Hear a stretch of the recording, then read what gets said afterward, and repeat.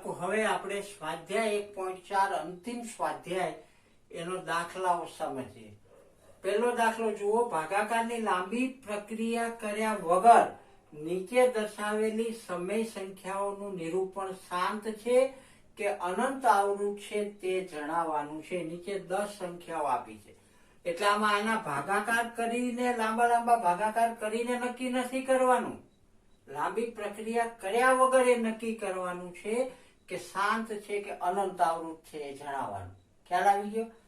સાથે બીજો દાખલો પણ એના અનુસંધાને છે એટલે મેં સાથે લીધો છે. જુઓ, જે સંખ્યાઓનું દશાંશ નિરૂપણ શાંત હોય તો તે નિરૂપણ આપણે દર્શાવવાનું છે, અનંત હોય તો દર્શાવવાનું નથી.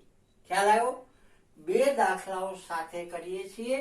એમાં પહેલો દાખલો છે 13/3125.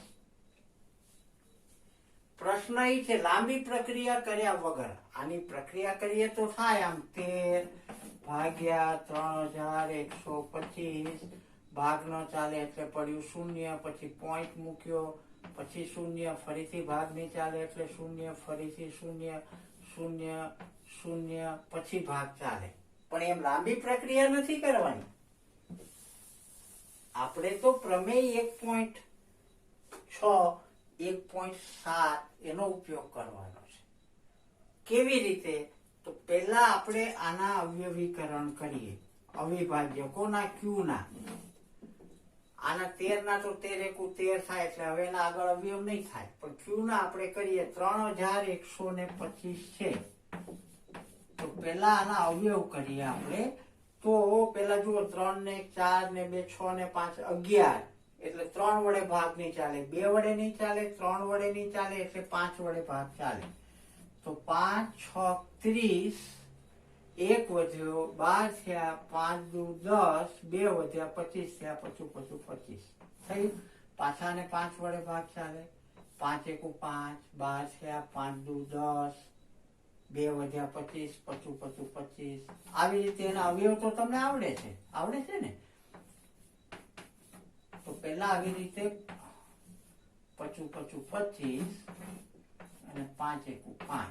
તો આના અવયવ 1 2 3 4 ને 5, 5 ની 5 ઘાત થઈ એટલે 13/5 ની 5 ઘાત આમ મળ્યું. થયા અવયવ. હવે તમે જુઓ આમાં આ ક્યુ નું સ્વરૂપ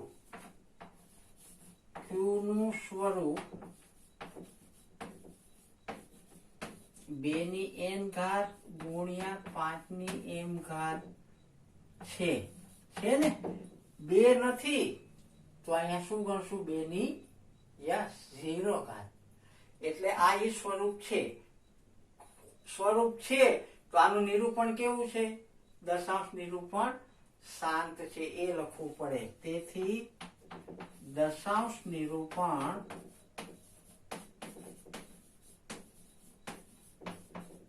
શાંત છે.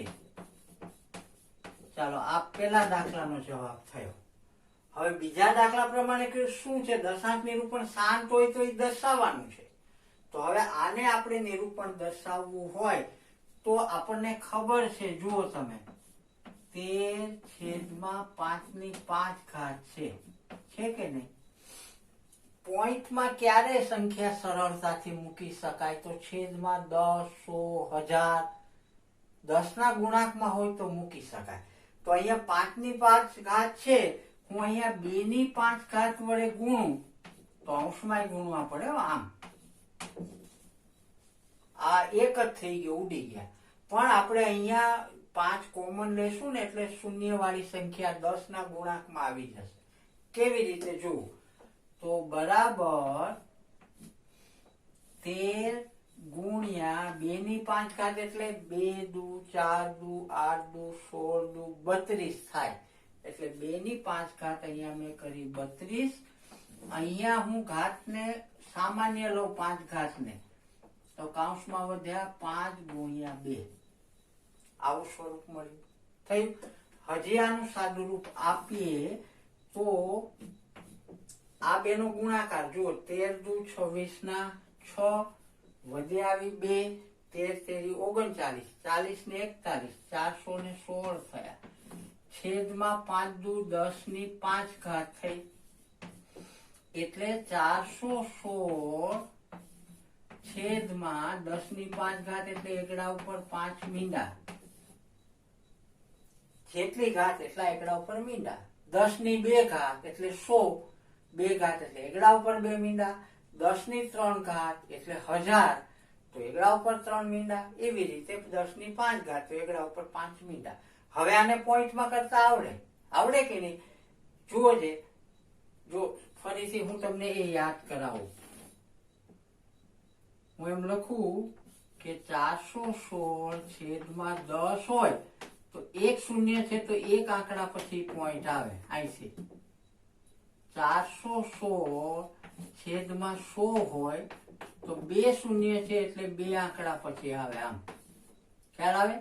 416 છેદમાં 1000 હોય તો 3 આંકડા પછી અહીંયા પોઈન્ટ આવે. આમ આગળ શૂન્ય મૂકવાનું થયું. 4 શૂન્ય હોય તો 2 આવે શૂન્ય. કેવી રીતે? જુઓ, 416 છેદમાં 10,000 તો 4 આંકડા ગણવાના ને, તો આ 3 આંકડા તો છે. ચોથો આંકડો શું મૂકવાનું? 0, અને પછી પોઈન્ટ, પછી પાછો 0 એક તો આવે. 5 શૂન્ય હોય તો 5 આંકડા કેવી રીતે અહીંયા? તો જુઓ તમે, 5 શૂન્ય તો 5 આંકડા થવા જોઈએ. આ 416 છે, 3 આંકડા, આ ચોથો આંકડો, આ 5મો આંકડો, પછી પોઈન્ટ, પછી શૂન્ય. તો આ એનું દશાંશ નિરૂપણ થયું. ખ્યાલ આવ્યો? આ થયું. આપણે જો શાંત હોય તો એનું દશાંશ નિરૂપણ કરવાનું છે બીજા દાખલા પ્રમાણે. તો આ રીતે આ દશાંશ નિરૂપણ મળે. વાક્યમાં આખા જવાબ લખવાનો. કેવી રીતે લખશું? તો આ લખશું પેલા કે 13 છેદમાં 3125 નું દશાંશ નિરૂપણ શાંત છે. પેલો આ લખશું થયું. અને પછી લખશું 13,3125 બરાબર 0. કેટલા 0 છે? 2 0 અને 416 થાય. આ છેલ્લો તમારે જવાબ આ રીતે છેલ્લે લખવાનો છે. આ મેં તમને ખાલી સમજૂતી માટે છે. ખ્યાલ આવ્યો કેવી રીતે કરવાનું? આ હવે બીજો દાખલો લઈએ. ચાલો,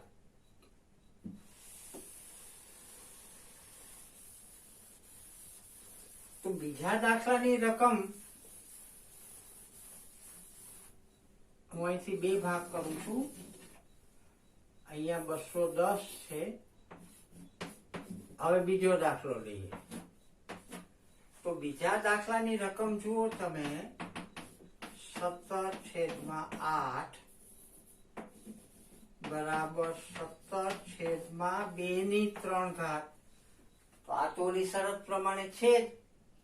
5 ની ઘાત નથી, પણ 5 ની 0 ઘાત છે.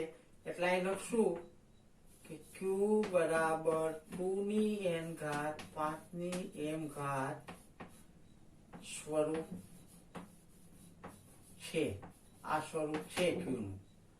તેથી કેવું થાય? શાંત નિરૂપણ છે. દશાંશ નિરૂપણ કેવું છે? શાંત છે. ચાલો, આ થઈ ગયું. શાંત હોય તો પાછો બીજો દાખલો લાગુ પાડવો પડે. શાંત હોય તો નિરૂપણ દર્શાવો. તો હવે એ આપણે એ વાતમાં જઈએ કે 17/2 તો મેં તમને આગલા દાખલામાં કીધું એમ અહીંયા 5 ની કેટલી ઘાત કરવી પડે? યસ, 5 ની 3 તો અહીંયા પણ એનાથી ગુણવા પડે. સમાન કિંમતથી ગુણવા અને ભાગવાના. તો અહીંયા 17 ગુણ્યા 125 છેદમાં, આમાં ગુણાકાર નહીં કરવાનો, 2 ગુણ્યા 5 કરી અને ઘાત બહાર લઈ લેવાની. તો અહીંયા છેદમાં આપણને ખબર પડી ગઈ 10 ની 3 ઘાત આવશે. આ બેનો ગુણાકાર કરવો પડે 125 ગુણ્યા 17. દશકનું શૂન્ય, 7 એકુ 7, 2 એકુ 2, 1 એકુ 1. 7 પંચા 35 ના 5, વધી 3, 7 દુ 14 ને 3 17 ના 7, વધી 1, 7 એકુ 7 ને 1 8. એટલે 5, 7 ને 7 14 ના 4, વધી 1, 8 2 10 ને 11 ના 1, વધી 1 2, 2145 આનો ગુણાકાર આવ્યો. આ ગુણાકાર કરવો પડે. છેદમાં 10 ની 3 ઘાત એટલે 1000. જો હું આ સીધું લખું તો હવે તમને ખબર પડવી જોઈએ કે 2145 છેદમાં 1000 થયા. કેટલા શૂન્ય? 3 શૂન્ય, તો 3 આંકડા પછી પોઈન્ટ, એટલે આના બરાબર 2.145. તો આ દશાંશમાં દર્શાવ્યું કહેવાય. તો હવે કેવી રીતે જવાબ કરીને લખશું? જવાબ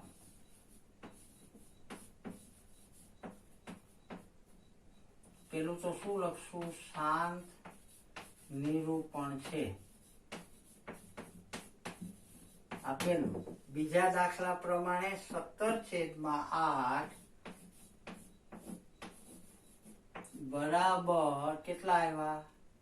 2.145 થાય. આ નક્કી થઈ ગયો બીજો જવાબ. ખ્યાલ આવ્યો?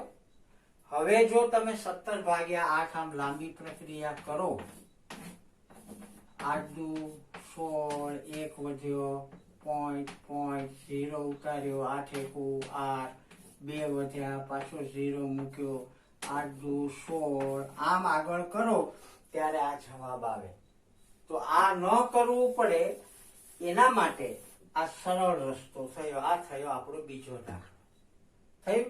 હવે ત્રીજો દાખલો સમજીએ. જુઓ તો ત્રીજા દાખલામાં 64 છેદમાં 455.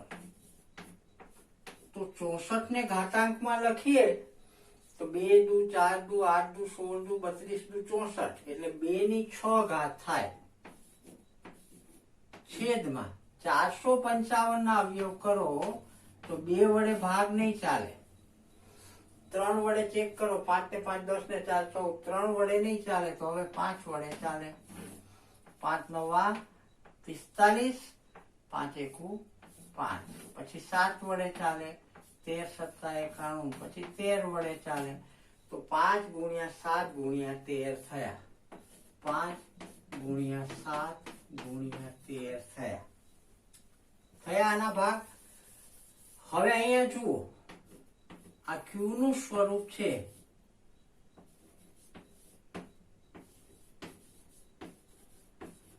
બે ની n ઘાત ગુણ્યા 5 ની n ઘાત. બે જ આંકડા જોઈએ, અથવા બે માંથી એક હોય તો ચાલે. અહીંયા આપણે બે આંકડા, બે માંથી એક જ હતો, બીજો આપણે મૂક્યો તો થાય. આ તો એ સ્વરૂપ નથી.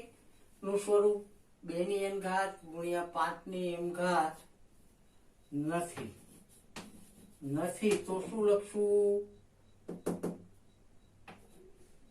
કેવું છે? દશાંશ નિરૂપણ અનંત આવૃત છે. આ થઈ ગયો આપણો જવાબ. તો હવે એમાં બીજો દાખલો નથી ગણવાનો. દશાંશ નિરૂપણ શાંત હોય તો જ બીજો ગણવાનો છે. તો ત્રીજામાં તો અનંત આવૃત છે, તો ત્યાં દાખલો પૂરો થઈ જાય. હવે ચોથો દાખલો. ચોથા દાખલામાં જુઓ તમે, 15 છેદમાં 1600. તો આનું સાદું રૂપ આપો. 3 પંચા 15, 1600 એટલે 16 ગુણ્યા 100. 16 એટલે 2 દુ 4 દુ 8 દુ 16, 2 ની 4 ઘાત. 100 એટલે 10 ની 2 ઘાત, એટલે લખીએ ચાલો 10 ની 2 ઘાત. હજી સાદું રૂપ આપો. 3 ગુણ્યા 5 છેદમાં 2 ની 4 ઘાત ગુણ્યા અહીંયા 5 દુ 10 એટલે 5 ની 2 ઘાત અને 2 ની પણ 2 ઘાત. થયું આમ? હવે અહીંયા આનું હજી આગળ સાદું રૂપ મળે તો 5 ની આ 1 ઘાત છે, અહીંયા 2 ઘાત છે, એટલે 1 5 આની સાથે કટ થઈ જશે તો ઉપર વધે 3 છેદમાં 2 ની 6 ઘાત ગુણ્યા 5. 5 ની 1 ઘાત એટલે 5. આવું મળ્યું. તો ક્યુ નું સ્વરૂપ હવે જુઓ તમે, ક્યુ નું સ્વરૂપ 2 ની n ઘાત ગુણ્યા 5 ની m ઘાત છે. એવું છે કે નહીં? જુઓ 5 ની 1 ઘાત છે અહીંયા, તો એવું છે. તો આનું દશાંશ નિરૂપણ કેવું થાય? હે, દશાંશ નિરૂપણ શાંત છે. થયું? હવે દશાંશ નિરૂપણ શાંત હોય તો બીજો દાખલો લાગુ પાડવો પડે. તો એ બીજો દાખલો હવે અહીંથી આપણે ગણીએ છીએ કે ભાઈ આનું દશાંશ નિરૂપણ શાંત છે તો કેવું થાય એ લખવું પડે, આપણે ગણવું પડે. તો અહીંયા દશાંશ નિરૂપણ શાંત છે એટલે એ રકમને હવે અહીંથી આપણે દાખલો ગણીએ છીએ. તો શું છેલ્લું સ્વરૂપ મળ્યું? 3/2 ગુણ્યા 5.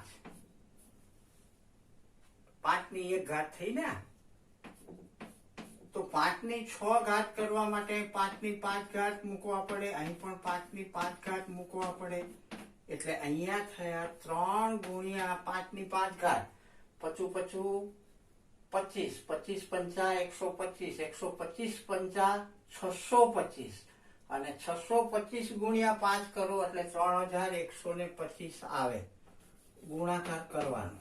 હા, છેદમાં અહીંયા શું છે જુઓ, 2 ની 6 ઘાત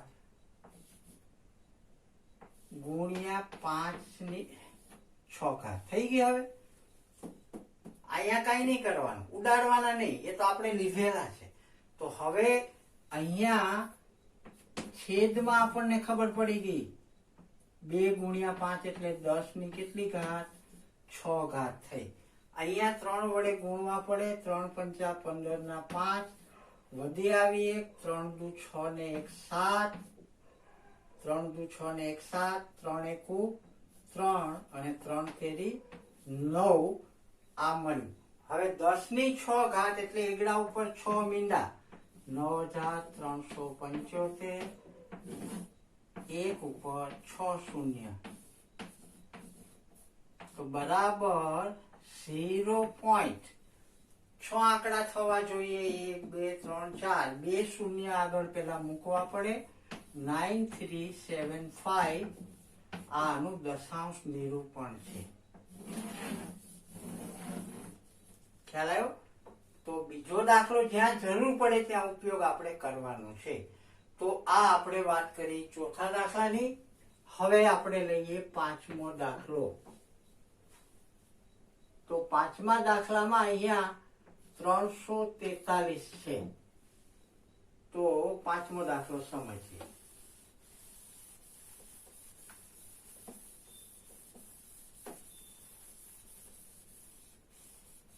જુઓ છે પાંચમું. તો પાંચમા દાખલામાં છે 29/343. તો 29 છે, અવિભાજ્ય છે એટલે એના અવયવ નહીં પડે. 343 એટલે તમે કરો 7 ની 3 ઘાત થશે. 7 7 49, અને 49 ગુણ્યા 7 કરો એટલે તમને 343 મળે. તો અહીંયા ક્યુ નું સ્વરૂપ જુઓ છે, ક્યુ નું સ્વરૂપ છે કેવું જોઈએ? 2 ની n ઘાત ગુણ્યા 5 ની m ઘાત નથી. તો સીધું શું લખવાનું? દશાંશ નિરૂપણ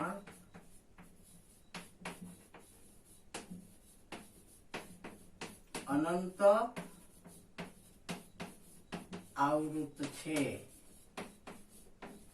તો પછી અહીંયા આગળ બીજો દાખલો લાગુ પડતો નથી. બીજો દાખલો ક્યારે લાગુ પડે? દશાંશ નિરૂપણ શાંત આવે તો. એટલે અહીંયા એ લાગુ પડશે નહીં. તો આ પાંચમા દાખલાની વાત કરી. હવે છઠ્ઠો દાખલો સમજીએ. ચાલો.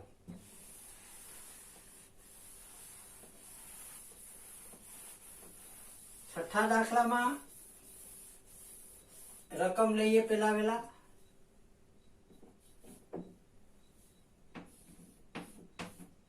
23 છેદમાં 2 ની 3 ઘાત ગુણ્યા 5 ની 2 ઘાત.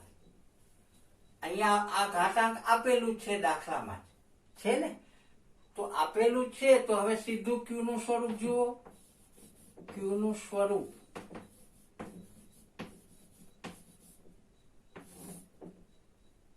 બે ની n ઘાત ગુણ્યા 5 ની n ઘાત m ઘાત બે અલગ અલગ હોઈ શકે એમ છે, એવું સ્વરૂપ છે. જો છે ને બે છે, 2 ને 5 એની ઘાતાંક જ.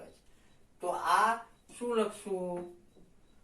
દશાંશ નિરૂપણ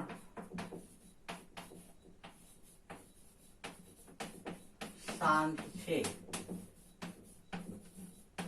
ખ્યાલ આવ્યો? દશાંશ નિરૂપણ શાંત છે આપણે લખ્યું. હવે જો શાંત આવે તો પાછો બીજો દાખલો ગણવો પડે એમાં આગળ. એટલે હવે આને 23/2 ગુણ્યા 5/2 છે.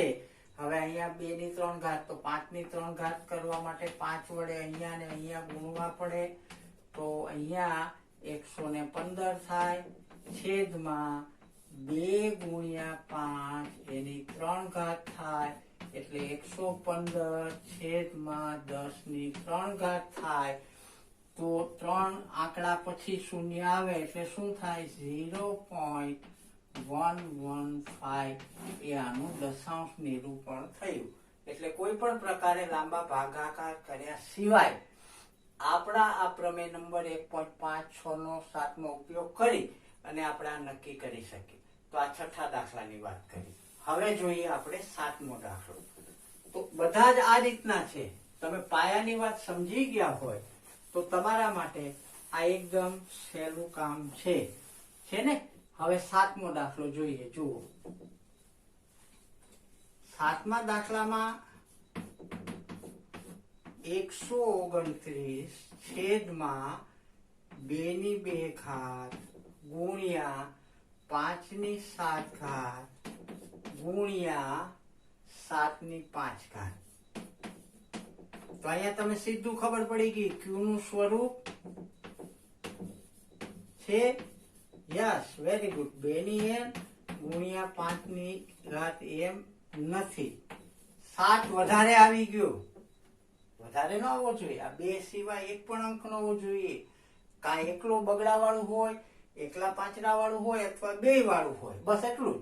જો કોઈ પણ અંક વધારે આવે છેદમાં તો એ સ્વરૂપ નથી. હા, જો ઉપર ભાગાકાર કરતા આ ઉડી જાય તો પાછું છેદમાં આ જ વધે. પણ અહીંયા 129 ના કિસ્સામાં એવું થવાનું નથી. એટલે સીધું આપણે લખ્યું કે આ એનું સ્વરૂપ નથી તો સીધું જ લખાય. શું લખશું? દશાંશ સ્વરૂપ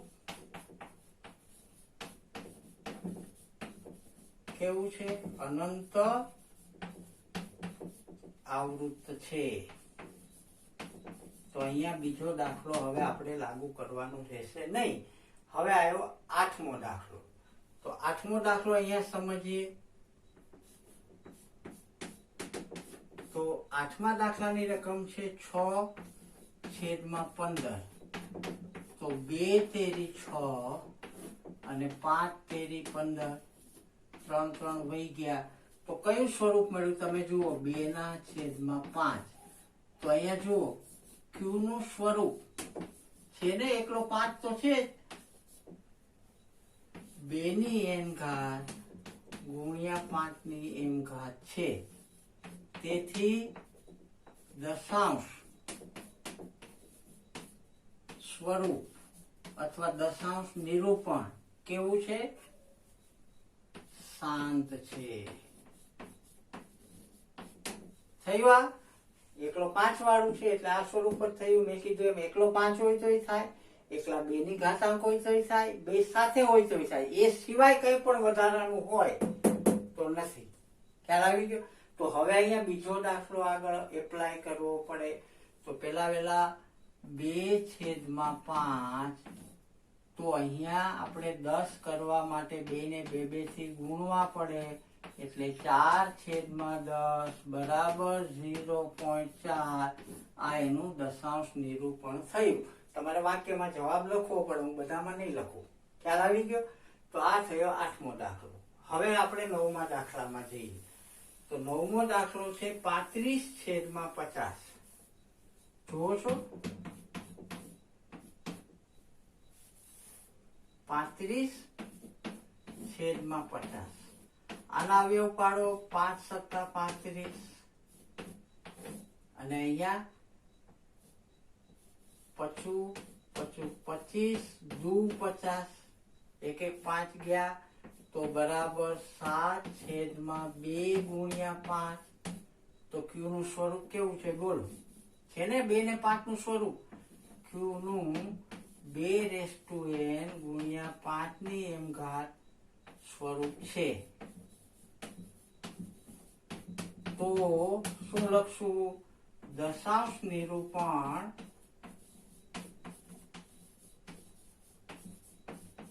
કેવું છે? શાંત છે. દશાંશ નિરૂપણ શાંત હોય તો આપણે બીજો દાખલો એપ્લાય કરવો પડે. તો હવે એને આપણે શાંત સ્વરૂપમાં દર્શાવીએ તો 7/2 × 5 તો 2 ની એક જ ઘાત છે એટલે સીધા થઈ ગયા 10 = 0.7. આ થયો આપણો જવાબ. આ 9મો દાખલો સામાન્ય છે, ખાલી આ સ્વરૂપની આ વાત યાદ રાખવાની. હવે છેલ્લો દાખલો, છેલ્લું સ્વાધ્યાય એનો પાછો છેલ્લો દાખલો એ છે 10મો દાખલો. 10મા દાખલાની રકમ જોઈએ તો જુઓ 77/210 બરાબર 11 + 77. અહીંયા 7 × 21 થાય ને, તો 7 ગયા તો બરાબર 11/3 × 2 × 5. ક્યુ નું સ્વરૂપ જો છે નહીં, ત્રગડો આવી ગયો એટલે શું લખશું અહીંયા? ક્યુ નું સ્વરૂપ 2n × 5m નથી. તેથી દશાંશ નિરૂપણ કેવું છે? અનંત આવૃત્ત છે. આ થયો એનો જવાબ.